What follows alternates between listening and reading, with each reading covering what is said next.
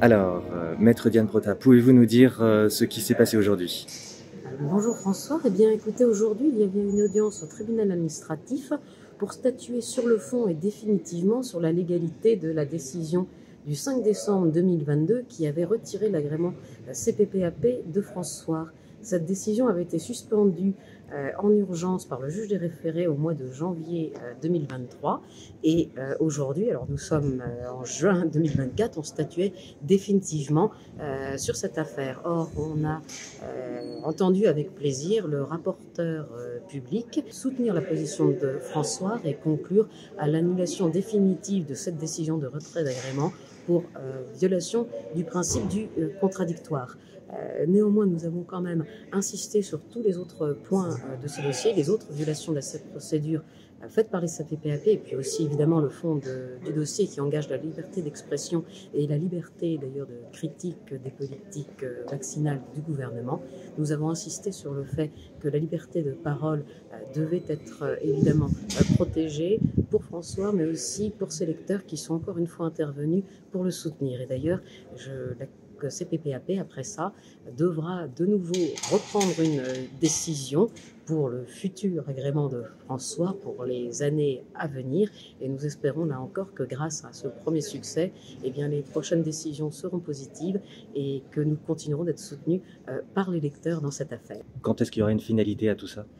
Eh bien, écoutez, la décision définitive doit arriver dans 15 jours et j'espère qu'elle sera suffisamment motivée pour que cette affaire de CPPAP soit derrière François définitivement et qu'il n'y ait plus de décision ensuite de retrait d'agrément. Les représentants de la CPPAP ont plaidé à peine 1 minute et demie et n'ont pas su quoi répondre, pour être très sincère, au rapporteur public qui concluait de toute façon à l'annulation de la décision pour non-respect du contradictoire. Il est évident que la CPPAP n'a respecté aucune des règles de son règlement intérieur dans cette affaire. Une mauvaise nouvelle pour la CPPAP qui continue dans son harcèlement, dans ses attaques contre François pour essayer de faire taire la voix d'un média en particulier qui a fait son travail. Je rappelle que nous n'avons pas de condamnation pénale pour souci de fausse information et ils essayent d'imprimer au niveau de l'opinion du tribunal que François porterait atteinte à la santé des Français de par la publication de certains articles qui critiquent la politique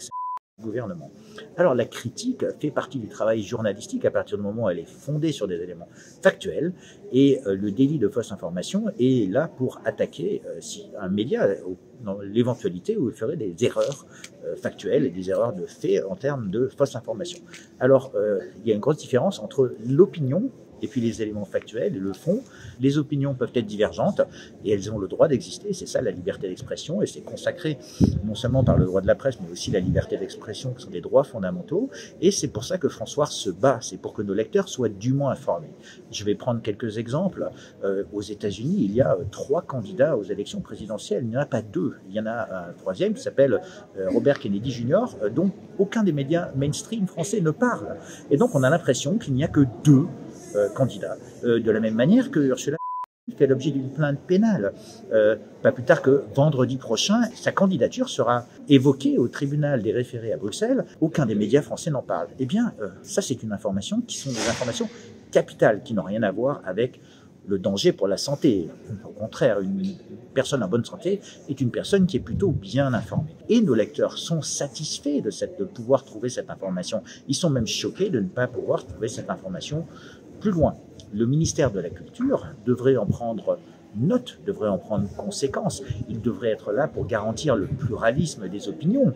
Il ne devrait pas être là pour prendre une décision qui soit partiale, telle que la première des décisions de ne pas renouveler l'agrément de François. Si on est là, c'est grâce à nos lecteurs, c'est grâce à nos soutiens, c'est grâce au travail des journalistes. Il n'y a jamais eu de délit de fausse information, et bien au contraire, le journal Le Monde a été condamné au tribunal de commerce pour faire de la concurrence déloyale par dénigrement envers François, parce qu'il n'a pas été capable de démontrer que François faisait justement de la fausse information. Aujourd'hui, François se bat pour pouvoir amener le respect de la liberté d'opinion, de la liberté d'expression, qui est un des droits fondamentaux. Et ce droit fondamental, nous nous battrons jusqu'au bout en vertu des dispositifs du tribunal administratif du code du commerce, du code pénal, de manière à ce que les Français puissent dûment être informés. N'en déplaise au ministère de la Culture, n'en déplaise à certaines personnalités politiques, parce que justement ça leur pose des problèmes, qu'il y ait quelqu'un qui s'oppose à la politique du gouvernement. Le droit de critique existe, les opinions divergentes existent, à moins que l'on ne soit dans une société où il y ait un ministère de la vérité et un totalitarisme exacerbé. Ça, c'est un autre problème. En tout cas, Maître Prota a aujourd'hui plaidé au tribunal administratif de manière très éloquente sur tous ces arguments. La saga continue dans la mesure où la CPPAP continue à harceler François, à affaiblir un média qui amène une voix dissonante et qui est une voix, comme je l'ai dit, qui est basée sur des éléments factuels, en respect de la charte de Munich et du devoir numéro 1, qui est de dire la vérité, quoi qu'il en coûte. C'est un procès qui s'adresse à tous les lecteurs, avant tout. C'est un des droits fondamentaux, c'est la liberté d'expression et la liberté d'être dûment informé. Parce qu'il y a un droit qui dit que le lecteur a le droit d'être informé. Et d'ailleurs, c'est pour ça que dans la charte d'éthique des journalismes, il y a un devoir, le devoir numéro 1, qui dit que le journaliste doit dire la vérité, quoi qu'il lui en coûte, en vertu du droit que le lecteur a d'avoir la vérité et de connaître la vérité. Si François disparaît, c'est le tour de qui après? C'est quel sujet qu'on va adresser? On va adresser le fait qu'on ne peut pas parler de l'insécurité, on va adresser le fait que l'on ne peut pas parler de l'immigration, que l'on ne peut pas parler de la dette. Donc aujourd'hui, le fait qu'on ne puisse pas critiquer la politique sanitaire, est-ce que demain on ne va pas pouvoir critiquer la politique économique du gouvernement, alors que cette-ci est catastrophique? C'est un procès qui aussi s'adresse aux journalistes, parce que la question fondamentale, c'est les journalistes ont-ils rempli leur devoir envers les lecteurs? Il se trouve aujourd'hui que quand on regarde toutes les informations qui ont été publiées dans François depuis 2019, depuis 2020, elles s'avèrent être correctes aujourd'hui. Aux États-Unis, le Dr Fauci est devant les tribunaux, devant le Sénat américain et doit s'exprimer. J'ai envie de dire une chose. Aujourd'hui, ce procès, c'est aussi le procès de la science, c'est le procès de l'information. C'est pour ça qu'il y a des journalistes qui devraient être là pour contredire, pour vérifier l'information des politiques et non pas pour leur servir à la soupe.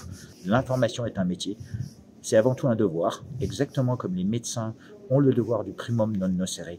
Le journaliste, il a ce devoir numéro 1 de la charte de Munich, c'est de dire la vérité, quoi qu'il en coûte. Ce qu'il y a de plus dangereux, c'est justement de tomber dans une société qui s'apparente à la société du spectacle, où la pièce de théâtre que l'on nous fait et ce que l'on veut nous faire croire n'est pas conforme à la réalité, n'est pas conforme à la vérité. Ce qu'on s'évertue de faire chez François, c'est vous d'amener cette réalité, quoi qu'il nous en coûte, qu'on soit d'accord ou pas.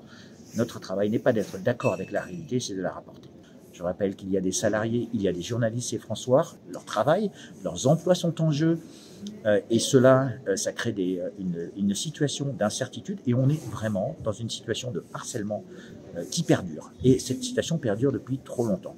Donc j'appelle tous ceux qui sont en faveur de la liberté d'expression, qui sont en faveur de la liberté d'opinion et des droits fondamentaux, à continuer à soutenir François, que ce soit en envoyant des articles, que ce soit en relayant des articles ou que ce soit en donnant, tel que vous l'avez fait en grand nombre, parce que c'est que grâce à cela qu'on arrivera à continuer à se battre pour vous amener cette information loyale.